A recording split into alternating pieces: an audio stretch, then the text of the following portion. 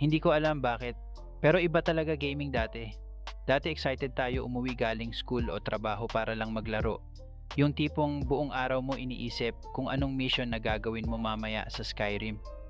O kung sino uunahan mong iwan sa Left 4 Dead. Tapos ngayon, minsan tititigan mo lang ang Steam library mo habang pagod ka galing trabaho. And honestly, siguro hindi naman gaming yung nagbago entirely. Tayo rin. Adult life kinda killed part of the magic. Pero may mga games pa rin talaga na kayang ibalik yung feeling kahit konti. Pag narinig mo music ng GTA San Andreas, kapag naglakad ka ulit sa BioShock Infinite, or nung bumalik ka sa Red Alert after years, biglang may moment na parang bumalik ka sa mas simpleng panahon. Gaming felt different before, o baka tayo lang talaga yung tumanda.